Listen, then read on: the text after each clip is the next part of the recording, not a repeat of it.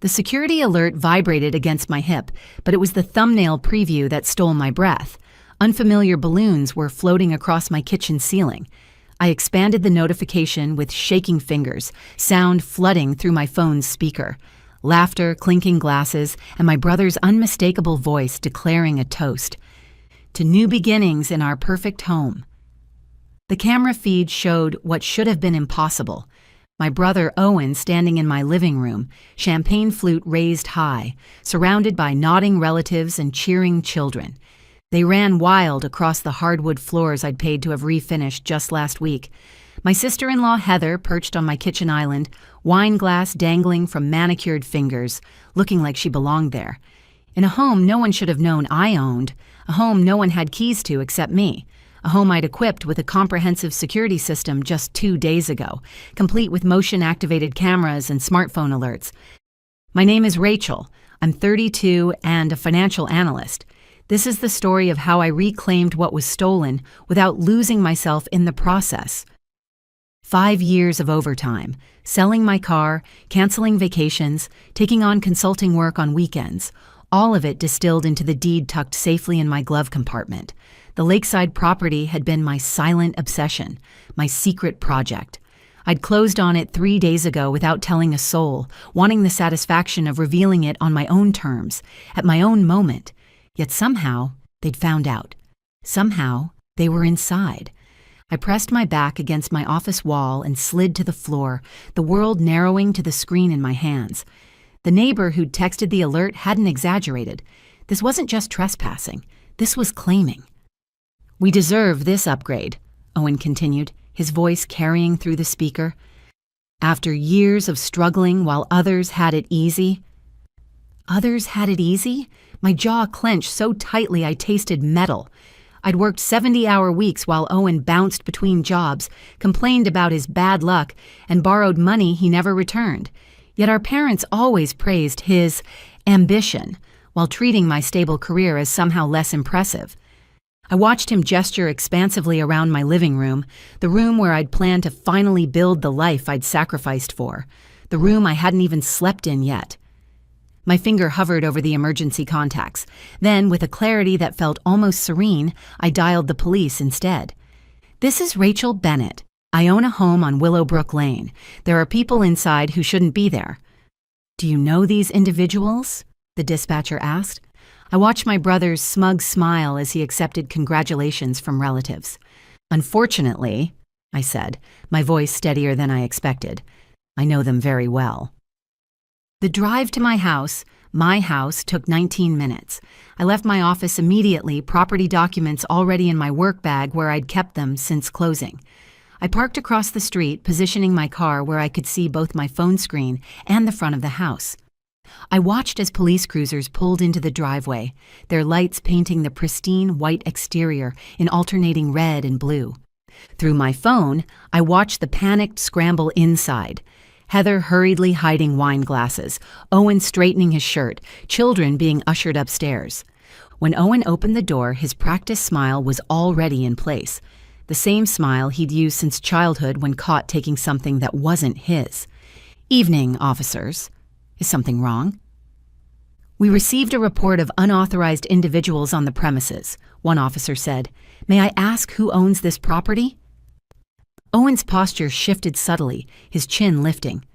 "This is our new family home. We just closed on it." The lie slid from his lips so effortlessly it almost sounded true. Almost. I stepped from my car, clutching the folder containing every document. The mortgage approval showing only my name, the wire transfer receipts, the deed with my signature still crisp on the final page. The night air carried the scent of the lake as I walked up the driveway, gravel crunching beneath my feet. Owen's expression transformed when he saw me. Surprise, then irritation, then a flicker of something darker before he composed himself. "Rachel," he forced a laugh, "what are you doing here?" I handed the folder to the closest officer. "This is my house. I closed on it 3 days ago. They broke in." The officer examined the paperwork while his partner kept his attention on Owen, whose smile had become rigid. "These documents confirm Ms. Bennett as the legal owner. the officer said, returning the folder to me. Sir, unless you can provide proof of ownership, you'll need to leave immediately. Heather appeared in the doorway, her voice sharp. This is ridiculous. Owen, tell them. There must be some mistake, Owen said, his charm fraying at the edges. Our parents helped us with this purchase. Rachel must be confused. The documents are quite clear, the officer replied. Ma'am, would you like us to issue a trespass warning?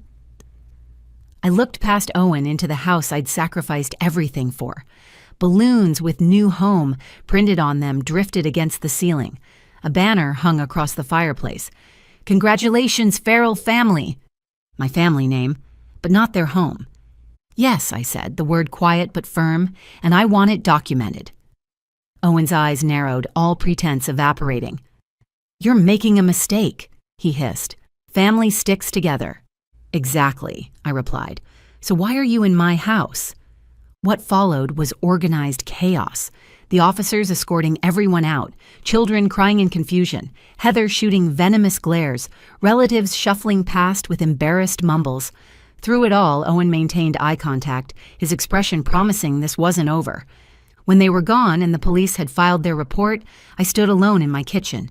Dirty glasses cluttered the counter, cake crumbs scattered across the island. A child's drawing taped to the refrigerator depicted a house with 4 stick figures labeled, Our New Home. I ripped it down, my hands trembling not from fear, but from a white-hot clarity. This wasn't just about today. This was about a lifetime of boundaries crossed, achievements minimized, and sacrifices unacknowledged. I opened every window in the house, letting the cool night air purge any trace of their presumption. This home would be my line in the sand, and this time, I wouldn't let anyone cross it. The backlash started at 8:43 the next morning. My phone vibrated with notifications as I stood on my back deck, watching mist rise from the lake. Mom, what have you done? Your brother is devastated. Dad, call us immediately. This family situation needs to be resolved. Aunt Vivian, shame on you for embarrassing your brother like this. Cousin Mark, not cool making a scene with the cops. Owen said you've gone off the deep end. The family narrative was already being rewritten, with me cast as the villain. A familiar role, but this time the script was different. This time, I had proof. I scrolled past the messages and opened my email, sending the security footage to my lawyer, along with the police report. Then I silenced my phone and watched a heron glide across the water, its reflection perfect in the still surface. By noon, I'd received 17 more messages and 6 voicemails. I ignored them all, instead focusing on unpacking boxes in what was undeniably my home. With each item I placed, books on shelves, dishes in cabinets, clothes in closets, I reclaimed another inch of territory. The doorbell rang at 3:17. My parents stood on the porch, their expressions a practiced blend of disappointment and concern. Rachel, Mom said, attempting to step inside. I blocked the entrance. You can talk to me from there. Dad's face reddened. This isn't how we raised you to treat family. Interesting definition of family, I replied. Does it include breaking into someone's home and claiming it as your own? Your brother made a mistake, Mom said, her voice dropping to the soothing tone she'd always used when explaining away Owen's actions. He was just excited. They've been struggling so much with that tiny apartment, and when he heard about this beautiful place... How exactly did he hear about it? I interrupted. I told no one. They exchanged glances. The real estate agent is Cousin Jennifer's friend, Dad admitted. She mentioned you'd bought a lakeside property. Professional ethics violated. Family boundaries crossed. Typical.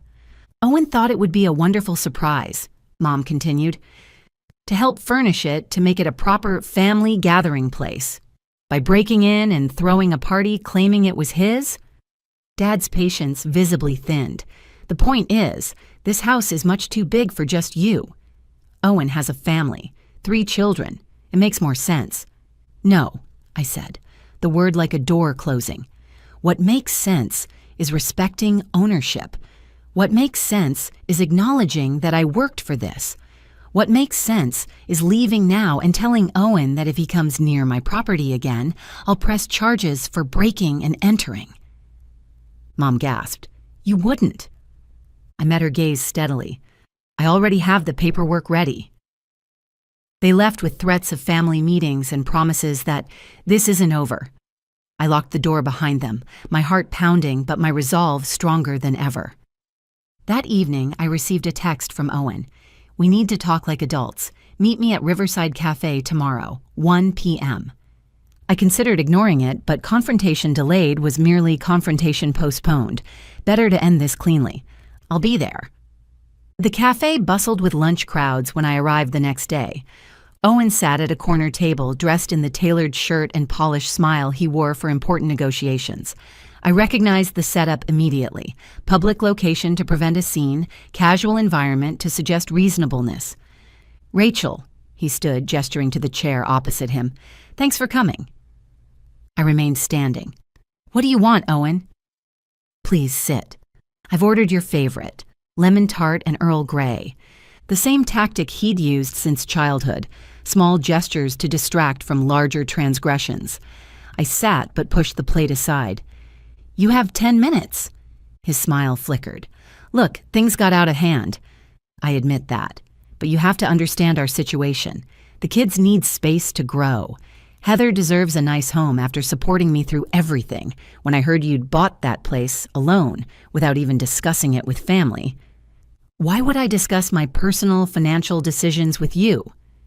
"Because we're family," he said, as if explaining something obvious. "Family shares. Family supports each other. Like when you shared that you were planning to claim my house as your own?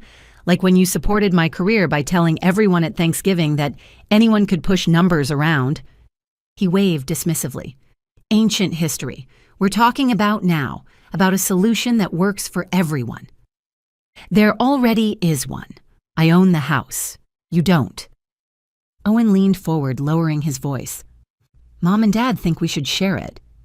They've always taught us to share." "Share what's yours, not take what isn't," I countered. His expression hardened. "They're prepared to help me legally. Did you know there are family property precedents? That verbal agreements about shared family assets can be binding?" I almost laughed. "There are no verbal agreements. There are security recordings of you breaking in and falsely claiming ownership. There's a police report. There's a deed with only my name on it." "It will get ugly," he warned. "Family gatherings, holidays, Mom and Dad's anniversary. Do you really want to be the one who divided everyone?" The familiar weight of family expectation pressed down. The assumption that I would yield, accommodate, sacrifice. That piece was my responsibility, never his. I stood, placing my hands flat on the table. "Owen, let me be absolutely clear. That house is mine. Not yours, not ours, mine. If you try to take it through manipulation, legal threats, or another break-in, I will respond with every document, recording, and legal option available to me. This isn't a negotiation." His mask slipped, showing the entitlement beneath. "You've always been selfish. Always had to prove you're better than everyone. Well, congratulations. You've proven you're willing to hurt your own family for bricks and mortar."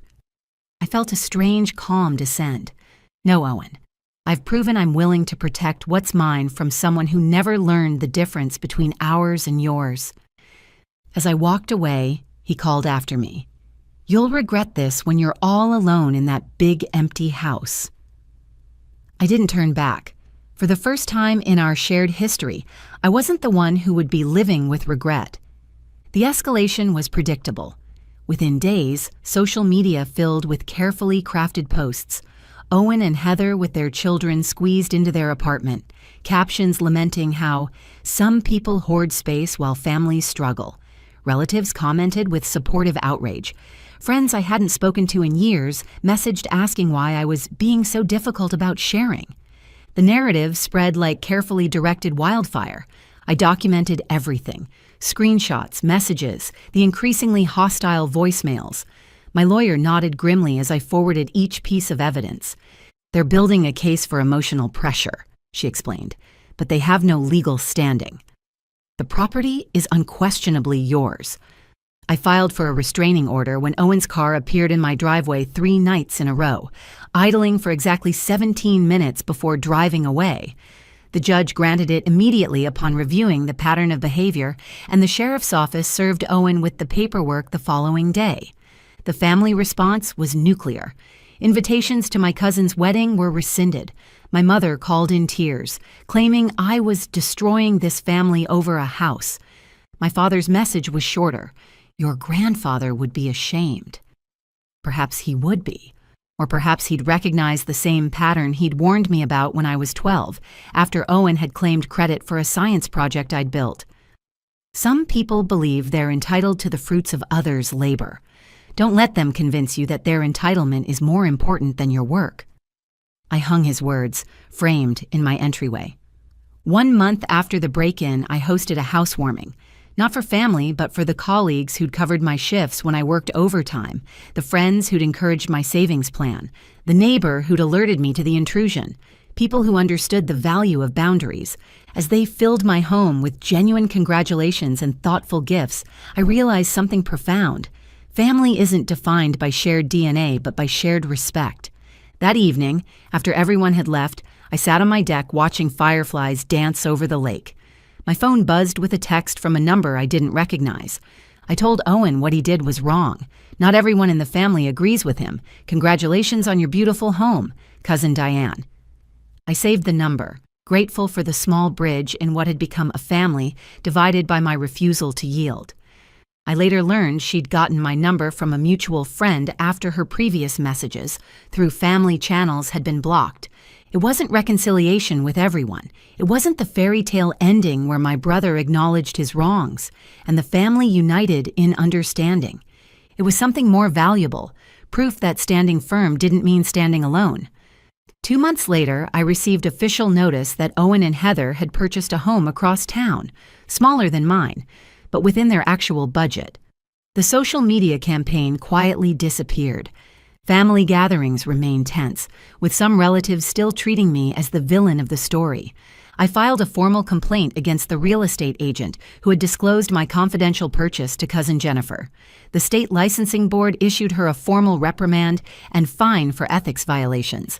As for my parents, we established a fragile peace built on clear boundaries. They now call before visiting and have stopped bringing up sharing the house. Christmas was spent at separate tables, mine filled with chosen family, theirs with those who still believed Owen's version. The divide was painful but necessary, a price paid for self-respect that I would willingly pay again. But the key fact remained unchanged.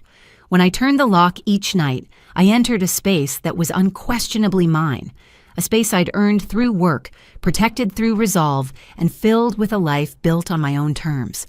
The security system still sends alerts to my phone. But now, the only people who cross my threshold are those who understand that respect isn't optional. It's the foundation on which everything else is built. Some boundaries, once drawn, should never be erased. Some lessons, once taught, change every relationship that follows. And some victories aren't about winning against others, but about finally standing firmly for yourself. Before you go, here's a quick bonus for sticking around. If you love learning and growing like I do, you need to try audiobooks. I've got an exclusive deal with Audible. Your first month is completely free. That's access to over 500,000 titles. Zero cost to you.